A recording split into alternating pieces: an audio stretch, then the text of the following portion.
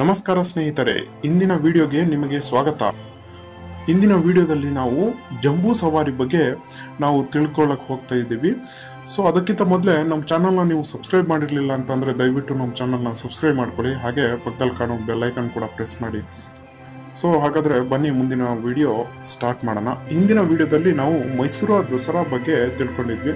So ಈ ಒಂದು ವಿಡಿಯೋದಲ್ಲಿ ಜಂಬೂ ಸವಾರಿ ಯಾವ ಥರ ನಡೆಯುತ್ತೆ ಅಂತ ನಾವು ತಿಳ್ಕೊಳ್ಳೋಣ. ನಾಡ ಹಬ್ಬ ಮೈಸೂರು ದಸರಾ ಮಹೋತ್ಸವದ ಪ್ರಮುಖ ಆಕರ್ಷಣೆ ಅಂತಂದರೆ ಅದು ಜಂಬೂ ಸವಾರಿ. ಹೊರ ರಾಜ್ಯಗಳಿಂದ ಹಾಗೂ ವಿದೇಶಗಳಿಂದನೂ ಕೂಡ ನಮ್ಮ ಜನರು ಈ ಜಂಬೂ ಸವಾರಿಯನ್ನು ನೋಡಲಿಕ್ಕೆ ತುಂಬ ಒಂದು ಜನಸಂದಣಿ ಬರುತ್ತೆ.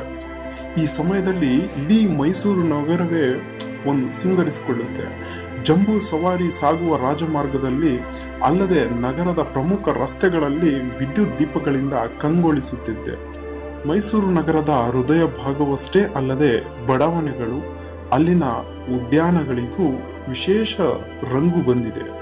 ಪಾರಂಪರಿಕ ಕಟ್ಟಡಗಳು, ಸರ್ಕಾರಿ ಕಟ್ಟಡಗಳು ಸುಣ್ಣ ಬಣ್ಣ ಬಳಿದುಕೊಂಡು ಮತ್ತಷ್ಟು ಆಕರ್ಷಕವಾಗಿ ಕಾಣ್ತಾ ಇರುತ್ತೆ.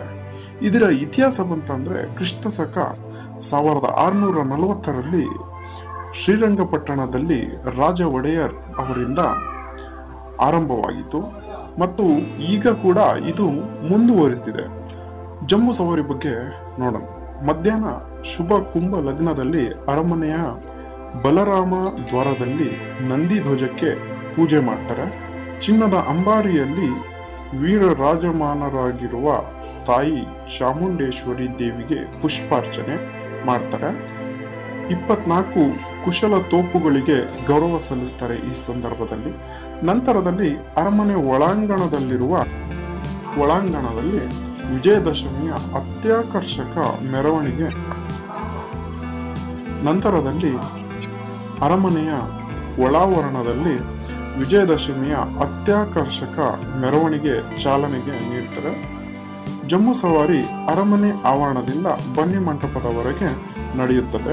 ಅಂಬಾರಿ ಹೊತ್ತ ಅಭಿಮನ್ಯು, ಈ ಸತಿ ಅಭಿಮನ್ಯು ಅನ್ನುವಂಥ ಆನೆ ಅಂಬಾರಿಯನ್ನ ಹೊರತಿತ್ತು. ಅಂಬಾರಿ ಹೊತ್ತ ಅಭಿಮನ್ಯು ಜೊತೆ ಪೊಲೀಸ್ ಬ್ಯಾಂಡ್ನ ಆಕರ್ಷಕ ತಾಳವಾದ್ಯ, ಕಂಸಾಳೆ ಕುಣಿತದ ಜೊತೆ ಹಾಗೂ ಕಲಾ ತಂಡಗಳ ಮನಮೋಹಕ ನೃತ್ಯ, ಮನಮೋಹಕ ಶಬ್ದ ಚಿತ್ರಗಳು ದಸರಾ ಜಂಬೂ ಸವಾರಿ ಮೆರವಣಿಗೆಗೆ ಆಕರ್ಷಣೆ ನೀಡುತ್ತೆ. ಅಂಬಾರಿ ಬಗ್ಗೆ ತಿಳ್ಕೊಳ್ಳೋಣ. 750 kg ಚಿನ್ನದ ಅಂಬಾರಿಯಲ್ಲಿ ವಿರಾಜಮಾನವಾಗಿರುವ ತಾಯಿ ಚಾಮುಂಡೇಶ್ವರಿ ದೇವಿ ಮೆರವಣಿಗೆಗೆ ಪ್ರಮುಖ ಆಕರ್ಷಣೆ ಆಗಿರ್ತಾರೆ. ರಸ್ತೆಯ ಬದಿಗಳಲ್ಲಿ ಪ್ರವಾಹದಂತಹ ಜನಸಾಗರದ ನಡುವೆ ತಾಯಿ ಚಾಮುಂಡೇಶ್ವರಿ ಅಂಬಾರಿಯನ್ನು ಹೊತ್ತ ಅಭಿಮನ್ಯು ಗಂಭೀರವಾದ ಹೆಜ್ಜೆಗಳನ್ನು ಇಡುತ್ತಾ ಸಾಗುತ್ತದೆ. 24 ಕುಶಲ ತೋಪುಗಳ ಸದ್ದಿನ ಹಿನ್ನೆಲೆಯಲ್ಲಿ KR ವೃತ್ತ, ಸಯ್ಯಾಜಿರಾವ್ ರಸ್ತೆ ಮೂಲಕ ಬನ್ನಿ ಮಂಟಪದತ್ತ ಅಭಿಮನ್ಯು ಚಿನ್ನದ ಅಂಬಾರಿ ಹೊತ್ತು ನಡೆದ ದೃಶ್ಯ ಮನಸೂರೆಗೊಳಿಸುತ್ತದೆ.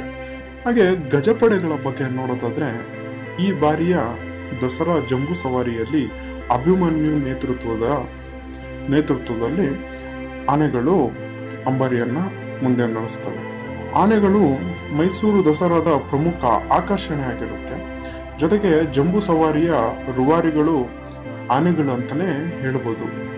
ಆನೆಗಳಿಲ್ಲದೆ ದಸರಾವನ್ನು ಊಹಿಸಲು ಸಾಧ್ಯವೇ ಆಗಲ್ಲ. ಯಾಕಂದ್ರೆ ಅಂಬಾರಿನ ಹತ್ತಬೇಕಾಗಿರೋದು ಆನೆಗಳೇ. ವಿವಿಧ ಆನೆ ಶಿಬಿರಗಳಿಂದ 2 ತಂಡವಾಗಿ ಆಗಮಿಸುವ ಗಜಪಡೆ ಕಾಡಿನಿಂದ ನಗರ ಪ್ರವೇಶಿಸುತ್ತಿದ್ದಂತೆ ಮೈಸೂರಿಗೆ ದಸರಾ ಕಳೆ ಬಂದ್ಬಿಡುತ್ತೆ.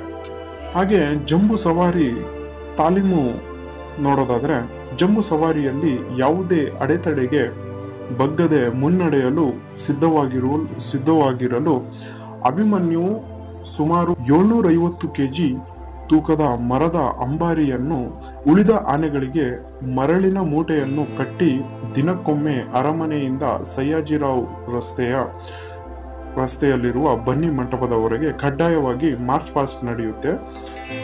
ಯಾಕಂದ್ರೆ ಟ್ರೈನಿಂಗ್ ಆಗ್ಬೇಕಲ್ಲ, ಹಾಗಾಗಿ ಡೈಲಿ ಕಡ್ಡಾಯವಾಗಿ ಇದನ್ನು ನಡೆಸ್ತಾರೆ.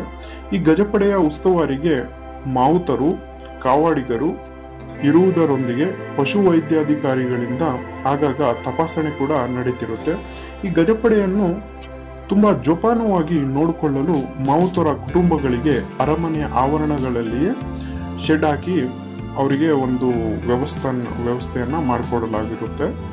ಸುಮಾರು 1.5 ತಿಂಗಳಿಗೂ ಹೆಚ್ಚು ಕಾಲ ದಿನನಿತ್ಯ ಕಠಿಣ ತಾಲೀಮು ನಡೆಸಿ ದಸರಾ ದಿನದಂದು ಕಣ್ಣು ಕುಕ್ಕಿಸುವಂತಹ ವೇಷಭೂಷಣಗಳಿಂದ ಕಂಗೊಳಿಸುತ್ತಾ ಗಾಂಭೀರ್ಯದ ಹೆಜ್ಜೆಯನ್ನು ನೀಡುತ್ತಾ ಮೆರವಣಿಗೆಯಲ್ಲಿ ಸಾಗುವ ಗಜಪಡೆಗಳ ಬಗ್ಗೆ ತಿಳಿಯುವ ಕುತೂಹಲ ಪ್ರತಿಯೊಬ್ಬರಿಗೂ ಇದ್ದೇ ಇದೆ. ಇದಿಷ್ಟಾಗಿತ್ತು ಸ್ನೇಹಿತರೆ, ಜಂಬೂ ಸವಾರಿಯ ಒಂದು ಕಿರು ಪರಿಚಯ.